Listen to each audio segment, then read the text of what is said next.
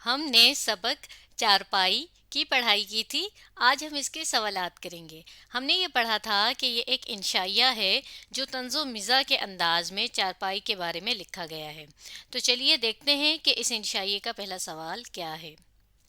پہلا سوال ہے، اس انشائیے میں مصنف نے چارپائی کو کس انداز میں پیش کرنے کی کوشش کی ہے؟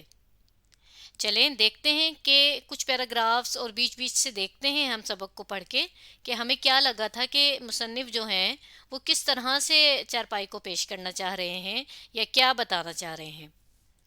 تو دیکھیے یہاں پہلے حصے ہی میں اگر ہم دیکھتے ہیں تو یہاں کیا بتا دیا ہے کہ ہم ہندوستانیوں کا اوڑھنا بچھونا ہے، اور اوڑھنا بچھونا محاورتاً ہم کہتے ہیں ایسی چیز کو کہ جسے ہم بہت زیادہ استعمال میں لاتے ہیں۔ تو پہلی بات یہ بتا دی کہ ہندوستانیوں کی بہت زیادہ استعمال میں آنے والی چیز ہے۔ پھر اسی طرح ہر پیراگراف میں انہوں نے مختلف طریقوں سے کیسے کیسے چارپائی کو استعمال کیا جاتا ہے وہ بتایا۔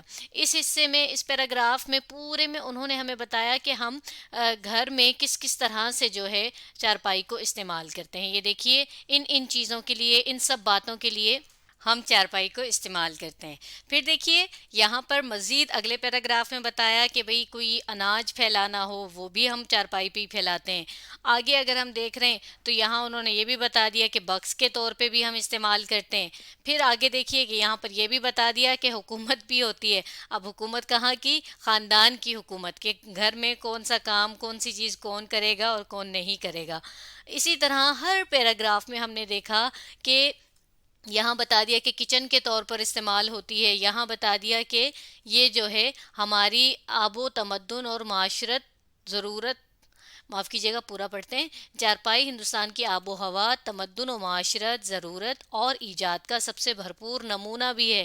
یہ بھی انہوں نے بات بتا دی کہ یہ ہماری ہی بنائی ہوئی ایک چیز ہے اور یہ ہمارے معاشرت میں یعنی ہمارے کلچر میں شامل ہے۔ اس کے علاوہ یہ ہم اس کو یوں بھی کہہ سکتے ہیں کہ ہندوستانی کلچر یا ثقافت میں جہاں اور دوسری چیزیں جو ہے خصوصاً صرف ہندوستانی تہذیب ہی کا حصہ ہیں، اسی طرح چارپائی کا استعمال بھی صرف اسی قوم کی تہذیب کا حصہ ہے۔ تو یہ بھی بتا دیا۔ اب ہم نے ہر پیراگراف میں ہندوستانی جو ہے چارپائی کو کس کس طرح استعمال کرتے ہیں کا پڑھا ہے۔ ان ساری باتوں سے ہمیں جو اوور آل ایک بات پتہ چلی ہے وہ یہ کہ مصنف نے جو ہے اس انشائیے میں چارپائی کو ہندوستانی تہذیب کا ایک اہم حصہ بنا کر پیش کرنے کی کوشش کی ہے۔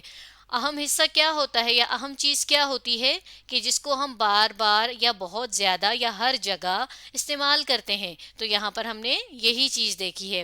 تو اب ان سارے پیراگرافس میں ہم نے جو جو باتیں جو ہے نوٹ کی اور جن سے ہمیں محسوس ہوا کہ ہاں بھئی ایسا ایسا ہوتا ہے، ایسی جگہ استعمال ہوتی ہیں، تو ان سب کو مختصر کر کے ہم لکھیں گے تو ہم یہی لکھیں گے کہ مصنف نے اسے جو ہے ہمارے تہذیب کا ایک اہم حصہ کہا ہے۔ چلیے لکھتے ہیں۔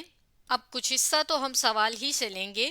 ہم لکھیں گے اس انشائیے میں مصنف نے چارپائی کو یہاں تک لکھنے کے بعد آگے لکھیں گے ہندوستانی تہذیب کے اہم حصے کے طور پر پیش کرنے کی کوشش کی ہے۔ تو دیکھیے اس طرح ہمارا یہ ایک مکمل جواب مل گیا کہ اس انشائیے میں مصنف نے چارپائی کو ہندوستانی تہذیب کے اہم حصے کے طور پر پیش کرنے کی کوشش کی ہے۔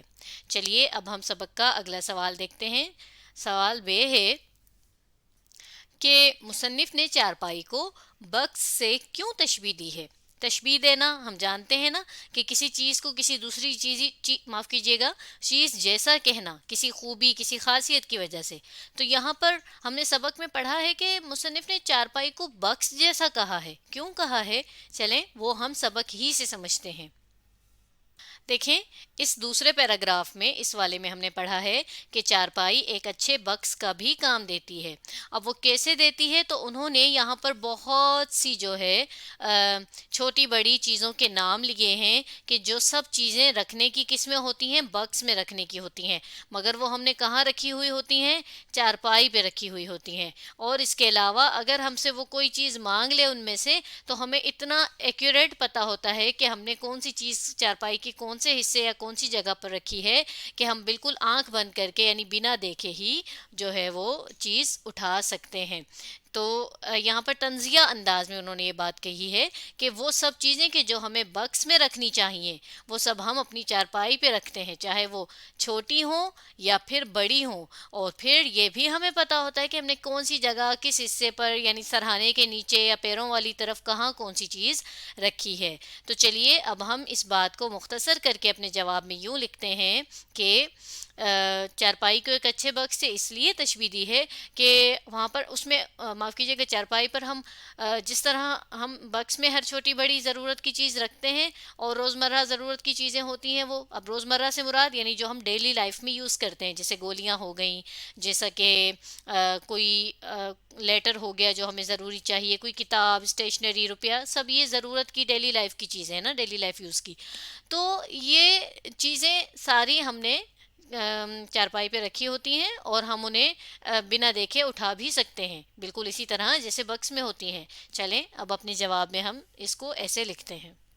اب دیکھیے ہم کچھ حصہ سوال سے لیں گے، ہم لکھیں گے مصنف نے چارپائی کو بکس سے، یہاں تک لکھنے کے بعد کیوں کو کاٹ کر اس کی جگہ ہم لکھ دیں گے اس لیے، اور آگے لکھ دیں گے تشبیہ دی ہے، اور اس کے بعد کیوں کے کر کے ہم اپنے لفظوں میں وہ بات لکھ دیں گے جو ابھی ہم نے سمجھی ہے۔ چلیے لکھتے ہیں۔ تو یہ اتنا ہم نے لکھ لیا۔ اس کے بعد آگے ہم لکھیں گے جس طرح ہم بکس میں اپنی ہر چھوٹی بڑی چیز رکھتے ہیں اور بغیر دیکھے بکس سے نکال لیتے ہیں، بالکل اسی طرح چارپائی پر بھی ایسے ہی چیزیں پڑی ہوتی ہیں۔ اب یہاں میں نے رکھی کا لفظ نہیں استعمال کیا، اس کی وجہ یہ ہے کہ رکھنا ہم تب استعمال کرتے ہیں کہ جب ہم نے کوئی چیز ترتیب سے، طریقے سے رکھی ہوتی ہے، اور پڑی ہوئی جو چیز بکھری ہوئی ہو یا اپنی جگہ پر بھی نہ ہو، یوں ہم کہہ سکتے ہیں، تو اسے ہم پڑا ہوا ہونا کہتے ہیں۔ تو ہمارا جواب یہ بن گیا ہے کہ مصنف نے چارپائی کو بکس سے تشبیہ اس لیے دی ہے کیونکہ جس طرح ہم بکس میں اپنی ہر چھوٹی بڑی چیز رکھتے ہیں اور بغیر دیکھے بکس سے نکال لیتے ہیں، بالکل اسی طرح چارپائی پر بھی ایسے ہی چیزیں پڑی ہوتی ہیں۔ اب دیکھیں یہاں ایسے ہی سے بات کلیئر ہو گئی کہ بالکل بکس کی طرح پڑی ہوتی ہیں جیسے بکس میں ہم رکھتے ہیں، اور یہ والی جو چیز ہے کہ بغیر دیکھے، اب یہ بغیر دیکھے والی بات بھی اسی ایسے ہی میں کور ہو رہی ہے کہ جیسے بکس میں ہر چیز ایسے ہی پڑی ہوتی ہے، ہم انہیں بغیر دیکھے نکال سکتے ہیں، بالکل ویسے ہی چارپائی پہ بھی پڑی ہوتی ہیں۔ تو یہاں یہ والی بات دوبارہ سے ریپیٹ لکھنے کی ضرورت نہیں ہے۔ چلیے سبق کا تیسرا سوال دیکھتے ہیں۔ سبق کا تیسرا سوال ہے کہ انشائیے میں مصنف خود چارپائی کو کس طرح استعمال کرتے ہیں، یعنی خود انہوں نے کیسے چارپائی کو استعمال کیا ہے۔ بتایا تو انہوں نے ہمیں بہت کچھ ہے کہ کیسے کیسے استعمال کی جاتی ہے، کیا جاتا ہے، لیکن خود وہ کیسا استعمال کر رہے ہیں اس سبق میں ہم نے وہ بتانا ہے۔ تو ہم نے سبق کے بالکل آخری حصے میں اس بارے میں پڑھا تھا۔ دیکھیے ہم نے اس والے حصے میں پڑھا تھا، یہاں پر اس آخری لائن سے اگر آپ دیکھیں، یہ خاکسار، اور ہم نے یہ پڑھا تھا کہ خاکسار انہوں نے اپنے لیے لفظ استعمال کیا ہے، ایک کھری چارپائی پر اس باغ میں آرام فرما رہے ہیں، یعنی وہ کہاں ہیں، ایک آم کے باغ میں ہیں اور چارپائی پر آرام فرما رہے ہیں۔ اب چاہے وہ بیٹھ کر آرام کیا جا رہا ہو یا لیٹ کر، وہ یہاں پر واضح نہیں ہے، مگر یہ کہا جا سکتا ہے کہ شاید وہ لیٹے ہی ہوئے ہوں۔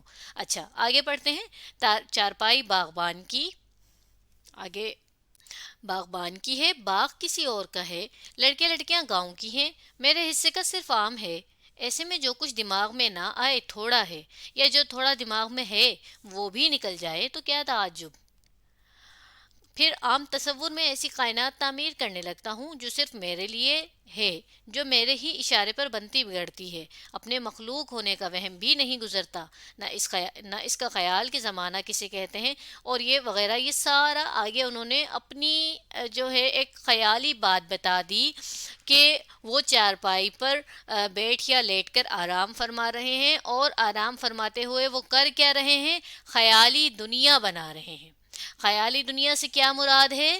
یعنی جب ہم سوچوں ہی سوچوں میں کچھ سے کچھ سوچتے جائیں کہ ایسا ہوگا، ایسا ہوا، یعنی ایک فلم سی ہمارے ذہن میں خیالوں کی جب چل رہی ہو تو اسے ہم کہتے ہیں خیالی دنیا۔ مثال کے طور پر جب ہم کسی کو بہت مگن اپنے خیال میں دیکھتے ہیں تو ہم کیا کہتے ہیں کہ کن خیالوں میں گم ہو، یا یہ بھی کہا جاتا ہے کن خیالی دنیاؤں میں ہو۔ تو اس کا مطلب یہ ہوتا ہے کہ جب کوئی بہت زیادہ خیالوں میں گم ہوا ہو۔ تو یہاں مصنف بھی چارپائی پر باغ میں آرام فرما رہے ہیں، اور اس چارپائی پہ کر کیا رہے ہیں آرام کرتے ہوئے؟ خیالی دنیا بنا رہے ہیں۔ تو چلیے تیسرے جواب کے سوال کے جواب میں ہم یہ بات لکھتے ہیں۔ اب دیکھیے ہم سوال سے یہ لیں گے کہ انشائیہ میں مصنف خود چارپائی کو یہاں تک لکھنے کے بعد آگے لکھیں گے، بلکہ چارپائی پر کو کی جگہ بھی ہم پر کر دیں گے، کیونکہ وہ ظاہر سی بات ہے چارپائی کے اوپر ہیں۔ انشائیے میں مصنف خود چارپائی پر آرام سے لیٹ یا بیٹھ کر خیالی دنیا بنانے کے لیے استعمال میں لائے ہیں۔ تو دیکھیں اس طرح سے ہمارا یہ تیسرا جواب مکمل ہوا، مختصر مگر مکمل۔ کیوں؟ کیونکہ دیکھیں ہم نے ان کا کوئی خیال وغیرہ نہیں بتانا، صرف یہ بتانا ہے کہ انہوں نے کس طرح سے استعمال کی ہے۔ تو ہمارا جواب یہ ہے کہ انشائیے میں مصنف خود چارپائی پر آرام سے لیٹ یا بیٹھ کر خیالی دنیا بنانے کے لیے استعمال میں لائے ہیں۔ معاف کیجیے گا، یہاں تھوڑی سی تبدیلی کی ضرورت ہے کہ انشائیے میں مصنف خود چارپائی پر آرام سے لیٹ یا بیٹھ کر خیالی دنیا بنانے کے لیے اسے استعمال میں لائے ہیں، تو یہاں اسے لکھنا میں بھول گئی تھی جو کہ میں نے لکھ لیا ہے۔ آج ہم نے سبق چارپائی کے سوالات کیے۔ آپ اس انشائیے کو دوبارہ دیکھیے اور اس سبق کو سمجھنے کی کوشش کیجیے۔